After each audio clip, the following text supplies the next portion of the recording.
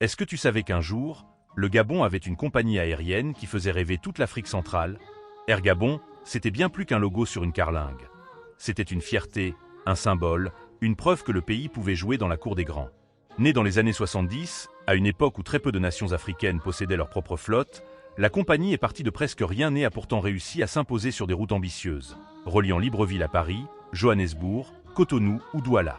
Ces avions verts et blancs, impeccables sur le tarmac, incarnaient l'élégance et l'audace. Ces équipages, formés avec exigence, offraient un service que beaucoup de voyageurs n'ont jamais oublié.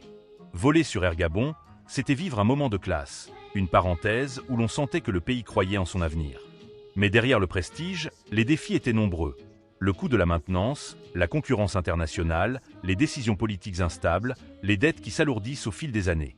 Et un jour, la compagnie s'est tue. Plus de décollage, plus de silhouettes vertes dans le ciel, seulement un vide immense dans l'imaginaire collectif. Pourtant, malgré la fermeture, Air Gabon n'a jamais vraiment disparu. Elle reste un mythe, une référence, un souvenir vif pour ceux qui ont connu cette époque. Une preuve qu'un rêve national peut prendre forme, voler haut et laisser une trace durable, même lorsque les moteurs s'arrêtent.